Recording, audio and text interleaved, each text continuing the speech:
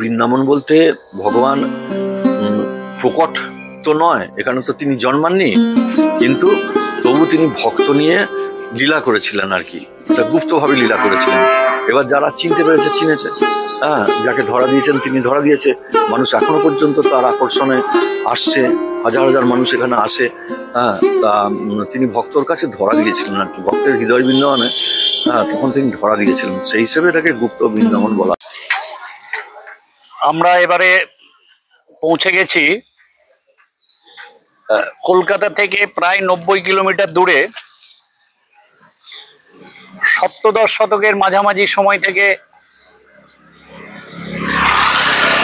যে জনপদ গড়ে উঠেছিল বৈষ্ণব ভাবধারায়, সেই জনপদ হুগলি জেলার বর্তমান গুপ্তিপাড়া, মঠের মূল প্রবেশদ্বার। এখন পুরাতত্ত্ব বিভাগের সংরক্ষিত জায়গা। দেখুন, আমরা ধীরে ধীরে প্রবেশ করছি এই মঠে। 550 বছর বা তারও বেশি পুরনো, মোটামুটি সপ্তদশ শতকের মাঝামাঝি থেকে অষ্টাদশ শতকের মাঝামাঝি পর্যন্ত, এই অষ্টাদশ এবং সপ্তদশ শতকের মাঝামাঝি এই সময়ের মধ্যেই এই নিদর্শনগুলো তৈরি করা হয়েছিল। এই মন্দিরগুলো দেখুন, ইটের সাইজ দেখুন, সেই সময়ের যে ইটের যে সাইজ হতো, পুরাতত্ত্ব বিভাগ যেভাবে এই মন্দিরের বয়স নির্মাণ করেছেন ইটের সাইজ দেখে। এবং প্রথমে এই যে মন্দিরটা আপনারা দেখছেন, এটা বৃন্দাবনজির মন্দির, একদম মূল প্রবেশদ্বারের সামনে। দেখুন, মূল প্রবেশদ্বারের সামনে বৃন্দাবনজির মন্দির। মন্দিরের ডান দিকে এই মন্দিরটা আছে, এটা কার মন্দির সেটা আমরা দেখব। মন্দিরের বাঁ দিকে এদিকেও একটা টেরাকোটার কাজ করা মন্দির আছে। সেই সময়ের মন্দিরের যে গঠনশৈলী ছিল, অর্থাৎ আজ থেকে 500-600 বছর আগে, সেই গঠনশৈলীর ওপরই মন্দিরগুলো তৈরি করা হয়েছে। আমরা দেখি এখানে রথের সমস্ত কিছু তৈরি হচ্ছে, প্রস্তুতি চলছে। দেখি এখানে কোনো কর্তৃপক্ষ কারোর সাথে যদি দেখা টাকা পায়। এখন রাধাকৃষ্ণ মূর্তির বিগ্রহ এখানে আছে, নিত্য পুজো হয়। আচ্ছা, এই হচ্ছে বৃন্দাবনজির মূর্তি। আর এটা হচ্ছে এই যে দেখছেন মন্দিরের, অর্থাৎ মূল যে বৃন্দাবনজির মন্দির, তার বাম পাশে আছে টেরাকোটার কাজ করা আছে। এই মন্দিরটা হচ্ছে আপনার রামচন্দ্রজির মন্দির, টেরাকোটার কাজ করা আছে। প্রাচীন বাংলার যে শৈল্পিক নিদর্শন, টেরাকোটার কাজ করা আছে। দেখুন, টেরাকোটার কাজ অনেকটাই কালের নিয়মে অনেকটাই ক্ষয় হয়েছে। টেরাকোটা পোড়ামাটির কাজ, টেরাকোটার মন্দির এটা রামচন্দ্রজির মন্দির। এখানে আছেন রাম লক্ষ্মণ সীতা, এখানে আছেন। পাশে দেখুন হনুমান দাঁড়িয়ে আছেন। হনুমান, রাম, সীতা এবং লক্ষ্মণ। অনেক পুরনো মন্দির। এরপরে আমরা ওই মন্দিরটাই যাব, এটা অর্থাৎ মূল মন্দির বৃন্দাবন চন্দ্রজির মন্দিরের ডান দিকে যে মন্দিরটা আছে। এখানের প্রাকৃতিক সৌন্দর্য অসাধারণ। দেখুন, সবুজ চারিদিকে এবং পর্যাপ্ত ফাঁকা জায়গা আছে। অনেক যদি সমাগম হয়, মানুষজনের সমাগম হলেও এখানে বলতে পারবেন যে কোনো ভিড় চোখে পড়বে না। হাজার হাজার লোক এখানে ঢুকে গেলেও এই মন্দিরটা হচ্ছে কৃষ্ণচন্দ্রজির মন্দির। এগুলো দেখুন সব আটচালার মন্দির আছে। এটা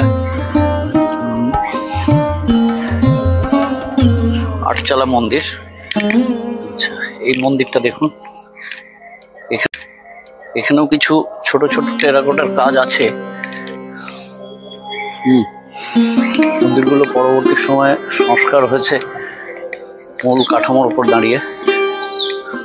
এটা কৃষ্ণচন্দ্রজির মন্দির, এখানে রাধাকৃষ্ণের অধিষ্ঠান দেবতা হিসাবে পূজিত হন। এখানে এই মন্দিরের অধিষ্ঠাতা হচ্ছেন স্বয়ং কৃষ্ণ ভগবান এবং অধিষ্ঠাত্রী হচ্ছেন রাধা। এই মন্দির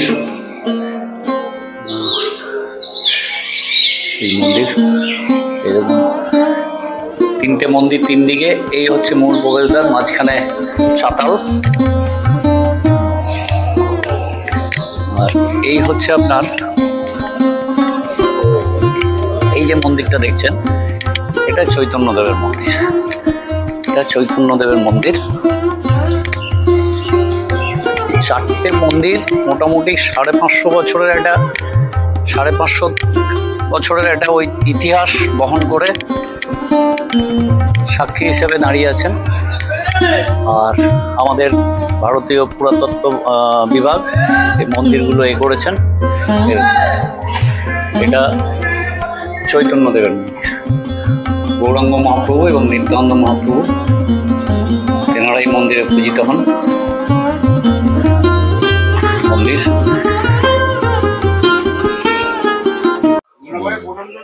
এই রথ সম্বন্ধে এবং এই মন্দির সম্বন্ধে আপনি যদি আমাদেরকে বলেন দর্শকদের উদ্দেশ্যে। আমি প্রথমেই দর্শকদের আমার শ্রদ্ধা নমস্কার জানাই। আপনারা সবাই সুস্থ থাকুন, আনন্দে থাকুন, এটা ঈশ্বরের কাছে কামনা। তা আমাদের এই যে বৃন্দাবন চন্দ্র মন্দির, এটা হচ্ছে বৃন্দাবন চন্দ্র মন্দির গুপ্তিপাড়া। তা এই গুপ্তিপাড়া বৃন্দাবন চন্দ্র মন্দির এটা প্রায় এই 600-400 বছর মতো পুরনো এটা, এবং এর প্রতিষ্ঠাতা হচ্ছেন সত্যদেব সরস্বতী। যেটা বিস্তৃত বলতে গেলে ওই সত্যদেব সরস্বতী একজন যুবক সাধু, তিনি নানা তীর্থস্থান ভ্রমণ করে আমাদের গুপ্তিপাড়াতে এখানে এসে, তখন এখানকার পরিবেশ আরো অনেক সুন্দর ছিল, লোকবসতি কম ছিল, প্রচুর গাছগাছরা ছিল, ফুলের বাগান এইসব নানারকম ছিল, এবং গঙ্গাটা খুব কাছে ছিল। এখন গঙ্গাটা অনেকটা সরে গেছে, গঙ্গা কাছে ছিল। এই পরিবেশটা দেখে ওনার খুব আনন্দ হয়, ভালো লাগে। তা তিনি খুব রোদের মাঝখানে এসেছিলেন, প্রখর তাপে ক্লান্ত হয়ে একটা গাছের তলায় বিশ্রাম নিচ্ছিলেন। তখন সেই পাড়ার যারা মায়েরা, মেয়েরা সব দল বেঁধে গঙ্গা জল আনতে যাচ্ছিল। তারপরে এরকম দেখেন যে একটা অল্প বয়সী যুবক সাধু, সে ওই মাথা একটা ইট দিয়ে শুয়ে আছে, মুন্ডিত মস্তক, মাথা ইট দিয়ে শুয়ে আছে। তো এটা তাদের খুব মজা লাগে যে ন্যাড়া মাথা সাধু হয়ে বেরিয়ে গেছে, অথচ একটু আরাম করার জন্য মাথা ইট দিয়েছে। তখন তারা এটা নিয়ে খুব হইচই পাকায় এবং তারা খুব তামাশা করতে করতে এটা বলতে বলতে তারা চলে যায়।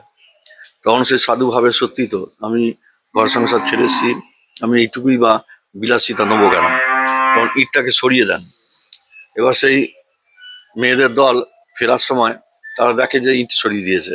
তখন তারা আবার বলতে থাকে যে দেখো সাধু হয়েছে, কে কি বললো না বললো, অমনি মনে লেগে গেছে, উনি মনে লেগে গেছে, উনি ইটটা সরিয়ে দিয়েছে। তখন সে সাধুবাবু ভাবলেন যে সত্যি তো আমরা সাধু পথে এসেছি, অনেকেই তো অনেক কিছু সমালোচনা করবে, অনেক কটূক্তি করবে, অনেকে করবে, আবার সম্মানও জানাবে অনেকে। সেটা ওই সম্মানই হোক আর বা অসম্মানই হোক, দুটোতেই তো নিরপেক্ষ থাকতে হবে, তবে তো সাধু জীবন থাকতে পারবে। তো এরকম লোকের কথায় নিজের সিদ্ধান্ত এ করলে হবে না। তখন তিনি দেখলেন যে এখানকার মেয়েরা যেখানকার এত সুন্দরভাবে কথা বলতে পারে, নিশ্চয়ই সেখানে একটা শিক্ষা দীক্ষার চর্চা আছে। তখন উনি ভাবলেন যে না, এখানেই তাহলে থেকে যাব। আর এখানে একটা ভালো সোসাইটি আছে, সাধুরা যেটা চায় সাধারণত গঙ্গার ধারে একটু সাধন ভজন করতে, যেখানে একটু ভিক্ষা টিক্ষা পাওয়া যাবে, সুবিধা থাকবে। তখন তিনি একটা কুটিয়া নির্মাণ করে, লতা পাতা দিয়ে একটা কুটিয়া নির্মাণ করে ওখানে সাধন ভজন করতে থাকেন। ইতিমধ্যে এই স্থানে কিছুদিন পর তার স্বপ্ন দর্শন হয় যে ভগবান বলছেন যে দেখ গঙ্গার অপর পারে ওই একটা বাড়িতে আমি আছি, তুই আমাকে ওখান থেকে নিয়ে এসে এইখানে প্রতিষ্ঠা কর, আমি তোর পুজো নেবো। কে বললেন? ওটা ভগবান তাকে স্বপ্ন দিয়েছে। এবার সেই স্বপ্ন দর্শন করে তার বিশ্বাস হয়নি। হ্যাঁ, তারপর আবার কিছুদিন পরে আবার ওই স্বপ্ন পেয়েছেন। ইতিমধ্যে একটা ওই গঙ্গার ওপারে ঘটেছিল, একজন খুব নৈষ্ঠিক ব্রাহ্মণ, তিনি বয়স্ক ব্রাহ্মণ, তিনি গঙ্গা স্নান করতেন, প্রতিদিন গঙ্গা স্নান করতেন, করে তারপরে তার দৈনন্দিন কার্য করতেন।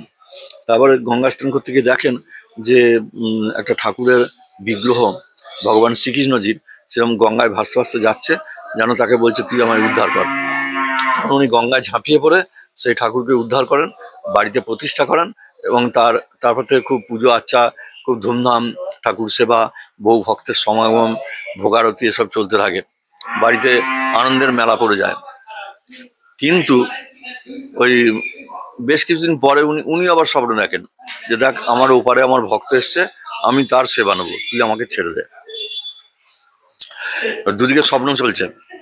এবার উনিও ভাবছেন যে ভগবান পরীক্ষা করছে আমাকে। এইভাবে তখনকার দিনে কোনো এপিডেমিক আর কি, একটা ভয়ঙ্কর কোনো রোগে মহামারীতে ওই বাড়ির সবাই মারা যায়। একটা বিধবা ভদ্রমহিলা, ওই ভদ্রলোকের একমাত্র মেয়ে, তিনি জীবিত ছিলেন, জামাইও মারা গিয়েছিল, বিধবা হয়ে গিয়েছিল। তখন এবার একদিন এই মহারাজ স্বপ্ন দেখেন যে একটা বাঁশির সুর, খুব সুন্দর একটা বাঁশির সুর, তার শুনে তার ঘুম ভেঙে গেছে, মানে ঘুম মানে স্বপ্ন অবস্থা আর কি। এবার শুনছেন সেই বাঁশির সুরে সুরে তার আত্মাটা মানে যাচ্ছে আর কি। এবার সেই আত্মা যে দেখে এক জায়গাতে একটা কাঁসর ঘন্টার শব্দ আসে, এবং সেই কাঁসর ঘন্টার শব্দতে তার ওই বাঁশির সুর বন্ধ হয়ে যায়। তখন উনি বুঝলেন যে এইখানেই সেই ঠাকুর আছে। তারপরে তার আত্মাটা চলে আসে, মনটা চলে আসে। তারপরে তিনি ওই দুপুরের দিকে চান টান করে নিজের কাজটা সেরে ওই ঠাকুরের উদ্দেশ্যে যান। এবার গিয়ে দেখেন যে এক মাতা, মানে একবারে বিধবা মেয়ে, তিনি একবারে দেবীর মতো তার রূপ, তিনি তন্ময় হয়ে ঠাকুরকে ভোগ নিবেদন করছেন। তা তিনি মুগ্ধ হয়ে দাঁড়িয়ে আছেন। সেই সময়তে ওই ভদ্রমহিলা তাকে জিজ্ঞেস করলেন যে বাবা কি খবর, আপনি এসছেন? বললো আমি একটু ভোগ প্রসাদ পেতে চাই। বললেন হ্যাঁ নিশ্চয়ই দেবো। তখন সেই সাধুবাবা বললেন যে আপনি তো জানেন যে সাধু বৈষ্ণব এদের ভোগ খাওয়াতে গেলে তার সঙ্গে কিছু প্রণামী বা এসব দিতে হয় আর কি। হ্যাঁ, তখন বললেন হ্যাঁ আমি দেবো আমার সাধ্য মতো, আপনি কি চান বলুন। বললেন যে আমি ওই ইয়েটা চাই, আপনার ওই বিগ্রহটা চাই। তা বিগ্রহটা চাই শুনে তো সে মাটি খুব মন খারাপ হয়ে গেছে, কারণ তাকে ধরি তো তার জীবন, তিনি বেঁচে আছেন তাকে নিয়ে। তা বললেন যে আপনি বাবা এইটা ছাড়া অন্য কিছু চান, আমি নিশ্চয়ই দেবো আপনাকে, আমার সাধ্য থাকলে অবশ্যই দেবো। বললো না আমি বিগ্রহটা চাই। তখন চুপ হয়ে গেছে উনি। তখন বললো তাহলে আমি আসছি মা, আমার আর প্রসাদের দরকার নাই। তখন ভদ্রমহিলা দেখলেন যে সাধু আবার অতিথি, তখন এই সাধু আবার অতিথি, অতিথি তাকে ফেরানো যাবে না। সেইটা স্থির করে তিনি বললেন ঠিক আছে বাবা আপনি বসুন, চলুন আপনি প্রসাদ নেবেন, তারপর আপনাকে দেওয়া হবে বলে তারপর ওনাকে ভোগ দিয়ে তারপর উনি এসে ওই ইয়েতে বসেছেন, মানে ঠাকুরের কাছে বসে তার আত্মাটা ঠাকুরের মধ্যে লীন হয়ে গেছে, অর্থাৎ ভগবান তাকে তার মধ্যে নিয়ে নিয়েছেন।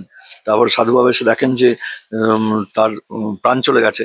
তখন তিনি লোকজনকে ডেকে তার কাজ করে অন্ত্যেষ্টিক্রিয়া করে তিনি ওনাকে নিয়ে এসে ঠাকুরকে নিয়ে এসে এখানে প্রতিষ্ঠা করেন, এবং প্রতিষ্ঠা করে তার সেবা পুজো সাধন ভজন এইসব করতে থাকেন।